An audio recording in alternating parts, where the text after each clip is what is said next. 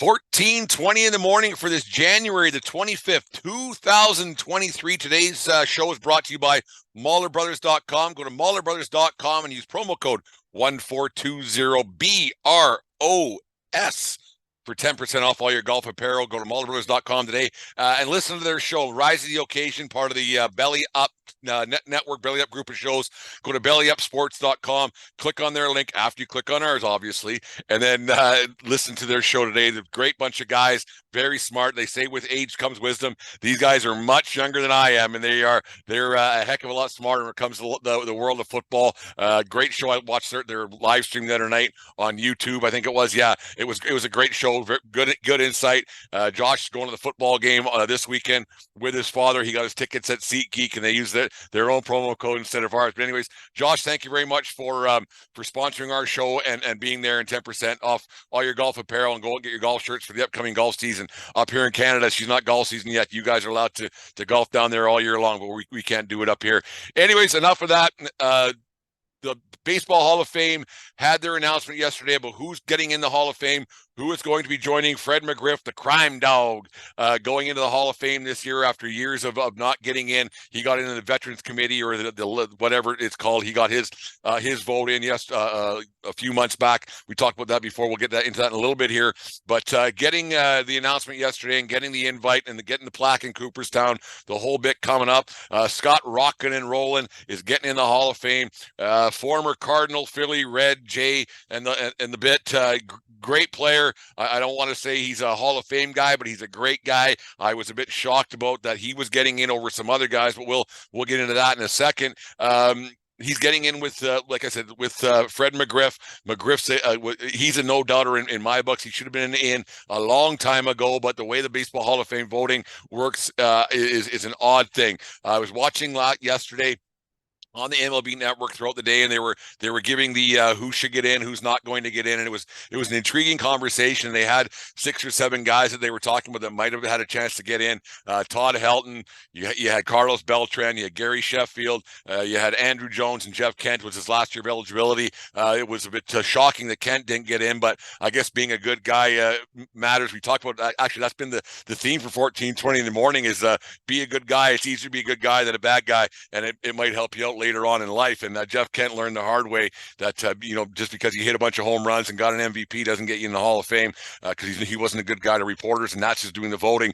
And that's something I think that has to change for the Baseball Hall of Fame, because they tend to lean on that a little bit hard when it benefits them. It's an odd thing the way that happens.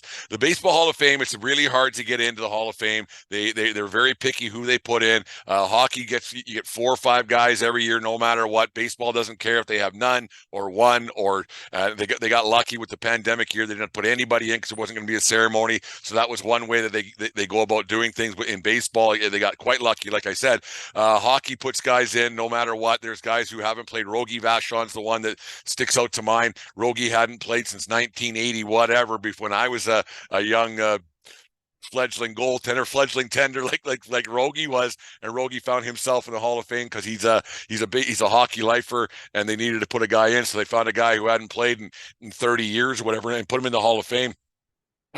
Excuse me. But baseball, it's very hard to get into. Only 1% of all players who play in the Major Leagues of Baseball get in. It's tough. If you look at it, this year you have 26 or 30 teams, 26 guys on the roster. If you can name me 8 guys who are getting to the Hall of Fame who are no doubters from opening day right now, who are going in no matter what, I think you'd be hard pressed to hit the number 8. I'd say Verlander's in. I would say that Kershaw's in. I'd say Scherzer's in. Cabrera's in. After that, I don't know who you would put in guaranteed out of that list. So that's 4 or 5 guys right there. So get in the Hall of Fame, and don't say Mike Trout yet. I'm not a Trout hater. I'm just not a Trout hugger yet, right? That's the whole kicker. I think Trout he's a great player. Is he an all-timer? I think he has to do a little bit more to prove that. He's not there yet. You have to do a little bit more to get in the Hall of Fame. The longevity thing is a thing. And that's what I want to talk about a little bit more when it comes to Hall of Fame debate, which is always a great debate when it comes to the world of sports. The Baseball Hall of Fame is very intriguing about who gets in. Of course, we won't get into the Pete Rose situation, but what makes a Hall of Famer? Is it X amount of peak elite years? Is it longevity? Is it the do you have to be the best at your position at the time? Do you have to be clean? Do you have to be not a cheater?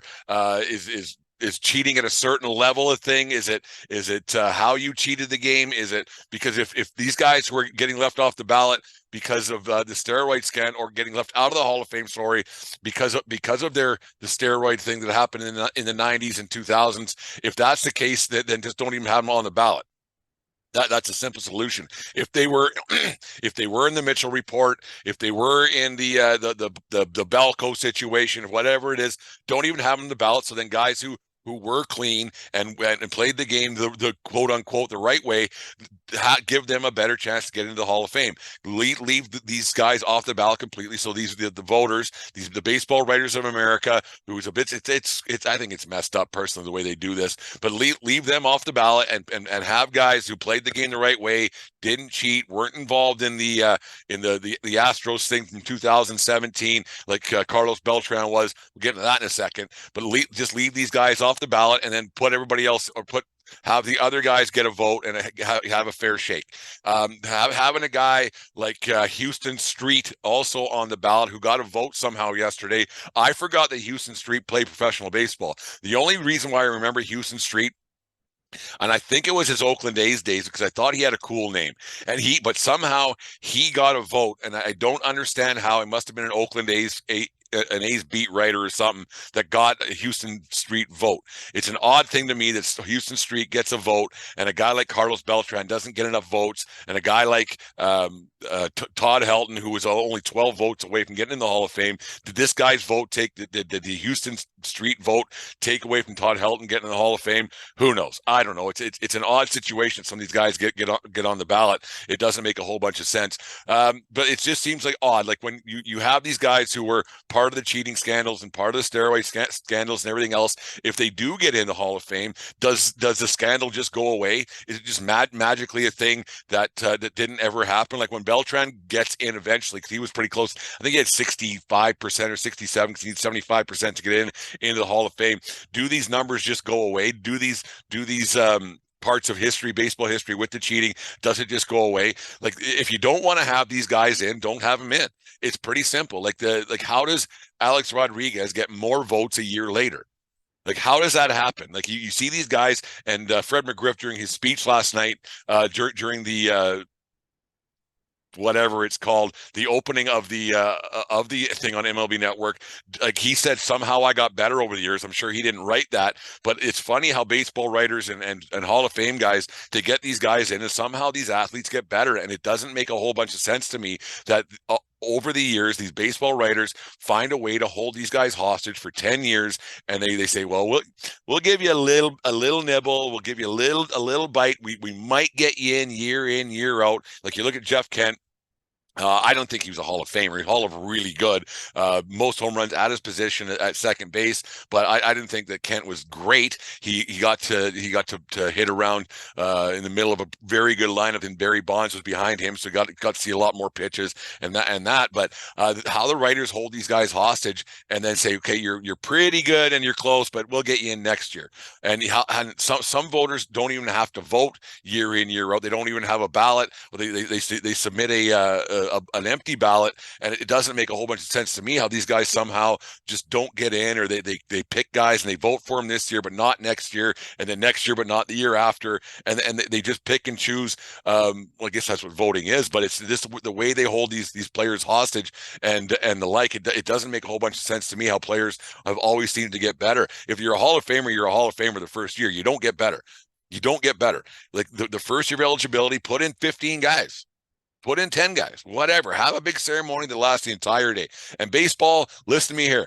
Do not have any games on that Sunday, or do it on All-Star Weekend. Have the inductions on All-Star Weekend. Have it All-Star Sunday morning or whatever it may be, so then people can actually watch, and baseball fans don't have any games on at all. Have the Hall of Fame inductions on the All-Star game on the Monday when you're having your cockamamie home run contest. Do it before the home run contest, wherever the All-Star game is going to be. That's when you should do it. Baseball, I think you got it wrong this year again. I think you screwed things up. You're letting your emotions get in the way of a good story. Having guys in the Hall of Fame, these guys played their entire lives. I think baseball got it wrong by only having Scott Rockin and Rolen get in. He's a great player. I don't think he's a Hall of Famer. If you give me a game on a Sunday that you have to win, if the Yankees are involved, you need this game. I'm putting in Andrew Jones ahead of him. Andrew Jones was a 10-time Hall of Fame, 10-time Gold Glover. He hit a ton of home runs. He was a great player. I put in Gary Sheffield ahead of Scott Rolen. That's my opinion. I'm entitled to it. You don't got to listen to my show if you don't like my opinion. Don't keep listening to my show. It's very good. But yeah, there's guys I put in ahead of Scott Rolen. And like I said, Jones, when Maddox and Glavine and Smoltz got in the Hall of Fame, they thanked Andrew Jones for his work in center field. So when 3 Hall of Fame and all-time pitchers are thanking Andrew Jones and Jones doesn't get in, there's a real problem there. Andrew Jones is a way better baseball player than Scott Rolen. And so why he's not in is probably because he played too long. And when he got a little bit thick in the midsection, that's probably why Jones is in the Hall of Fame, because his later years hurt him a little bit. Gary Sheffield, yeah, he was part of the Belco thing, I think it was, with Barry Bonds, and there was one couple summers there or winters he was training with Bonds, and that's why Sheffield's not in. But Sheffield, his bat speed was second to none, and Sheffield's a way better player than Scott Rolen. Way better. And to the voters who decide that Houston Street gets a vote before you put in Andrew Jones or Jeff Kent or Gary Sheffield, there's something wrong. There's guys who shouldn't be on the ballot who are never getting in. I don't think Andy Pettitte Andy Pettitte was a great Yankee, but Andy Pettitte shouldn't be getting that many votes. He's not a Hall of Famer. He had some great playoff games, and sorry, Andy's over my shoulder here. He's a great Yankee, great playoff games and the like, but Andy Pettitte's not a Hall of Famer. Andrew Jones is. Andrew Jones and Gary Sheffield should be in the Hall of Fame. There's no getting around that. Maybe someday they'll have that thing where they end up being in the Hall of Fame because the Veterans Committee and somebody will think that they're good later on. But anyways, there's my rant for the day for this January the 25th, 2023.